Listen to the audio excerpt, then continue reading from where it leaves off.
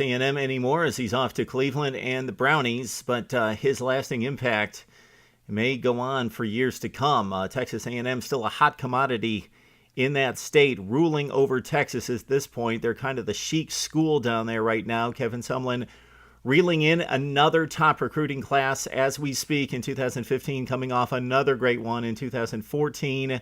Will the roll continue? Mark Rogers TV continuing our series looking at every Power 5 conference schedule in 2014. We've made it all the way through the SEC. We've got Texas A&M to go, and let's talk about the Aggies. Let's look at this schedule. We've got much to talk about. Who's got the worst non-conference schedule in the SEC? Is it Vanderbilt? Is it Mississippi State? Is it Texas A&M? Everybody else at least plays somebody really good. At least one out of those 4 non-conference games. Is that too much to ask? Play one good opponent out of 4. For Texas A&M, doesn't happen. Okay, they've got the opener in South Carolina, but let's talk non-conference since we're on that subject. Texas A&M plays Lamar. 5-7 last year out of the Southland Conference. Lamar took on Oklahoma State and gave them a tussle, 56-3.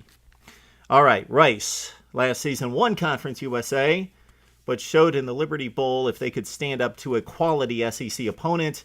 Rice, after running through Conference USA, winning the championship, lost to Mississippi State 44-7. And of course, we know that was Johnny Football's kind of coming out party after the big controversy autograph signing, where he was suspended for the first half of the game, the Rice opener at home last season, and Rice put up a couple touchdowns. It was a bit of a game. Johnny Manziel came back into the game, and it was a blowout from there. The SMU game last season was 42-29, Texas A&M. I don't mind this game because there's reasons to play SMU. They're located in Dallas.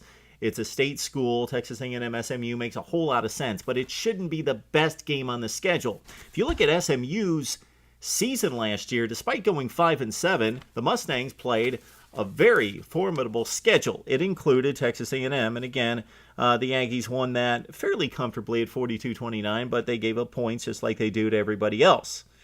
And then the 4th non-conference game this season goes all the way to November, Louisiana Monroe.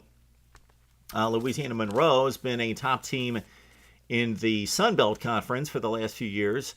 They gave Auburn all they could handle a couple of years ago. They actually upset Arkansas. They typically play SEC teams. Actually, Louisiana Monroe, this season is playing LSU, Texas A&M, and Kentucky. They're basically playing an SEC schedule, but this is not a game to hang your hat on, again, if you're Texas A&M. If this is your 3rd best out of 4 non-conference games, okay.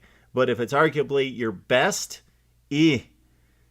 Last season, Louisiana Monroe 6-6, and they lost to Baylor by 63, and they lost to Oklahoma by 34, and they're playing Texas A&M. So again, the non-conference slate for the Aggies, we have to say rates like about as bad as it can get. We don't mind SMU. We don't mind Rice, but they can't be the best game. So it's Lamar, it's Rice, it's at SMU, and it's Louisiana Monroe. Okay, let's talk about the SEC for Texas A&M because they catch no breaks here. Let's look at the non-division games. We know who's in the SEC West. Let's look at the non-division games because those are the games that the SEC controls. You've seen our video posts here talking about the SEC scheduling and how screwed up it is when you miss 5 opponents, not specifically pointing out and knocking the SEC because the Big Ten is going to be doing the same thing with 8 conference games and 14 teams. The ACC, the same thing with 14 teams, 8 conference games. You miss 5 opponents, and it really unbalances the schedule and creates huge discrepancies in the schedule strength. All right, for Texas A&M, they open with possibly a freshman quarterback, or maybe they're coming back with the sophomore. They're going to fight it out in summer camp. Texas A&M at South Carolina, that's going to be a difficult one against a 3 consecutive 11-2 squad under Steve Spurrier. Then they got the 3 softies out of conference, Lamar, Rice, and SMU. We talked about Arkansas should be a win at home, better be a win at home. Actually, I believe that game's played at Jerry's World in Arlington, Texas. Then Texas A&M has a very toss-up game at Mississippi State. They won that game with Johnny Manziel scoring a ton of points against Mississippi State, like 56-41, something like that last season.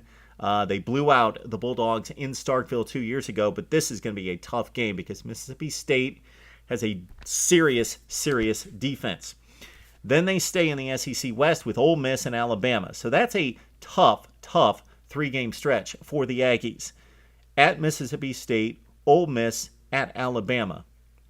Then they've got the Monroe game. Then they finish off with three toughies. So three difficult games to close out. At Auburn, Mizzou. So those are the out-of-division games. South Carolina and Missouri. Those are difficult games. Two teams that went 11-2 and 12-2 last season, although Mizzou's not going to be quite as tough this year. Still, a quality top 25 opponent. Auburn, Mizzou, LSU. Those are the closing games for the Aggies. So those 2-3 game stretches within the SEC say everything right there. They've got to beat Arkansas. They've got to win the Ole Miss and Mississippi State games. They're most likely going to lose at Bama. The LSU game at home's winnable. That's kind of a toss-up. Probably going to lose at Auburn. So 6-2 at best, at very best in the SEC, but they've got to go to South Carolina. I think Texas A&M probably goes 4-4 against this schedule in conference. It's a tough in-conference schedule. They got to go 4-0. Got to sweep that out-of-conference schedule. So this looks like an 8-4 football team for 2014. Aggie fans, step up, talk to us. That is not my final pick on the table. We'll look later in the summer to size up the personnel and talk Aggie's prediction for 2014. But that's the schedule. Now we want to hear from Texas A&M football fans. This is the part that I like right here. Love to hear the comments back. Tell me where I missed it. But I see 4 non-conference games that shouldn't be played.